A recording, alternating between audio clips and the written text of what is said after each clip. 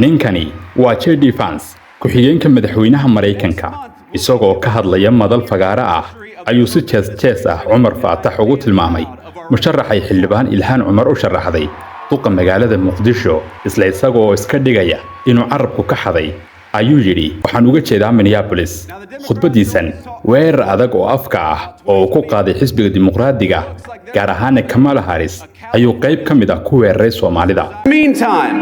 What are the Democrats offering you in the meantime? I got to say, ladies and gentlemen, they are not sending their best.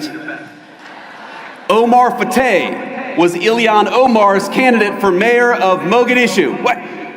I mean Minneapolis. Little Freudian slip there. Tabintan kooban waxaynu ku yara dul istaagaynaa dagaalka madaxweyne Trump kula jira Soomaalida oo geeso badan yeelanaya siina faafaya culaysyada haysta Soomaalida.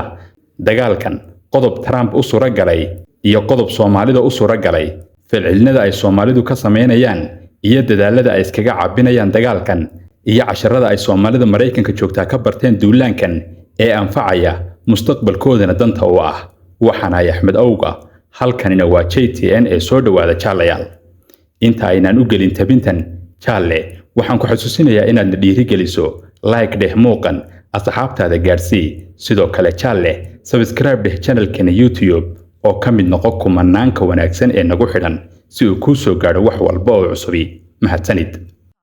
They estimate that $9 billion was stolen out of state and federal funds by mostly Somalis located in Minnesota. Now, dagaalka ka dhanka ah Soomaalida ee uu curiyay madaxweynaha Mareykanka oo si weyn u faafay wajiye cusub oo uu yeeshay iyo dhacdooyin ku soo biiray ayaa ka dhigay wararka ugu waaweyn ee haysta warbaahinta Mareykanka maalmihii iyo saacadihii u dambeeyay.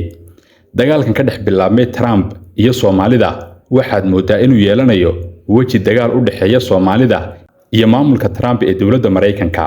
xisbiga Trump xagjirinta cunsuriyiinta Mareykanka madaxda kale ee dalkaas oo uu ka mid yahay madaxweyne xigeenka J.D. Vance iyo xataa warbaahinta oo ugu horeeya telefishinka Fox News ayaa dagaalkan ugu soo biiray uguna jira si saf ballaaran ah. kiisas iyo faylal lagu ceebeynayo Soomaalida ayaa si weyn loo qaadqaadaya waxaana ka mid ah in ay Soomaalidu lunsadeen oo xadeen malaayiin dollar oo hantida Mareykanka ah oo loogu talagalay mashaariic horumarineed iyadoo oo doodaas jawaabteedu ay qayaxan tahay oo Soomaalida laftooduba ay la soo taagan yihiin in lacagahaasi haddii ay jiraan aynan Soomaali kaliya ay ku eedeysnayn ay ummadaha Mareykanka joogo oo idilay ku wada jiraan iyo inaynan qof iyo laba shakhsi oo wax ka khaldameen aan lagu cabiri karin Soomaalida oo idil. haddana cambaarayntaasi waa mid ugu xasaasisan ee ay sida indhala'aanta ah warbaahinta iyo siyaasiyiinta Mareykanku ula daba taagan yihiin uguna cambaaraynayaan Soomaalida. qodob kale oo ku saabsan dagaalkan maamulka Trump ayaa si weyn iskugu sidkaya xisbiga dimuqraadiga ah gaar ahaan maamulkii Joe Biden ee u dambeeyay iyo Soomaalida.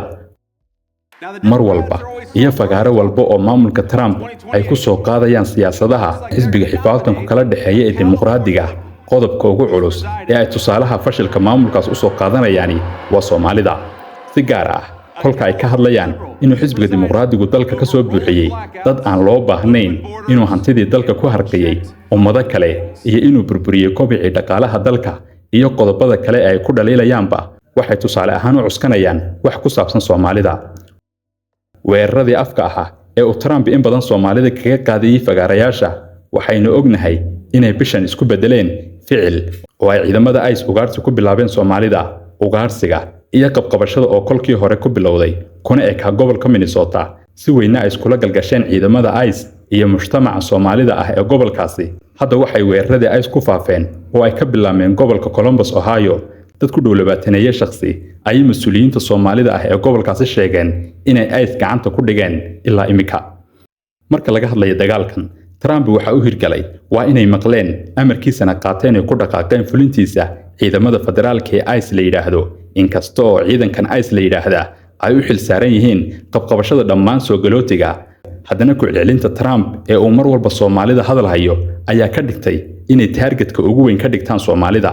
dhinaca kalena waxa jira qodob ay Soomaalidu ku guuleysteen waana inay ka dhaadhiciyeen ummadaha ay kula nool yihiin dalkan in waxa uu sheegay Trump ay tahay cunsuriyad iyo nacayb aan meel la haysanin oo isagoo ku gaar ah ee ayna ahayn Soomaalidu waxa uu ku sheegayo iyo sida uu u dhigayo midna.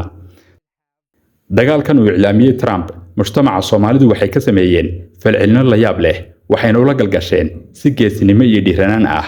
waxaan odhan karnaa waxay ka sii qaadeen il adayg iyo calol adayg, waxayna muujiyeen inaan laga xigsan karin Mareykanka. ciidamada ICE waxay Soomaalida kala kulmayaan dibadbaxyo iyo foori. dhanka warbaahinta caalamkana si weyn ay Soomaalidu uga wadaa jawaabaha weerarada Trump iyo difaaca karaamadooda. xagga siyaasadana aynu soo qaadana gabadha laf dhungashay ku noqotay Trump iyo maamulkiisa ee xildhibaan Ilhaan Cumar. inta uu Trump hadlayo in u dhiganta ay la hadlaysaa warbaahinta Mareykanka iyo dunidaba.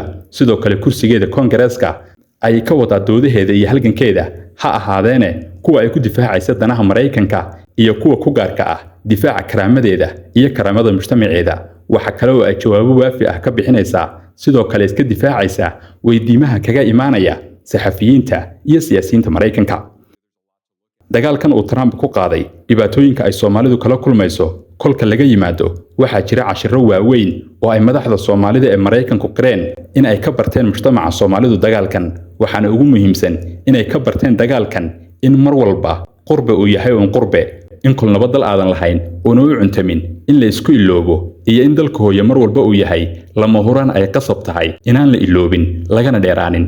xubin ka mid ah madaxda Soomaalida ee Columbus, Ohio oo warbaahinta u waramayay waxa uu sheegay in dagaalkan uu Soomaalidu ku baraarujiyay inay leeyihiin dhul ay ka yimaadeen oo ay qasab tahay inay xasuusnaadaan, isagaana horumarsadaan, maalgashadaan oo ay dhistaan, laabtana ku hayaan inay u laabtaan dhulkooda, ku dhaqmaan oo ay ku faanaan.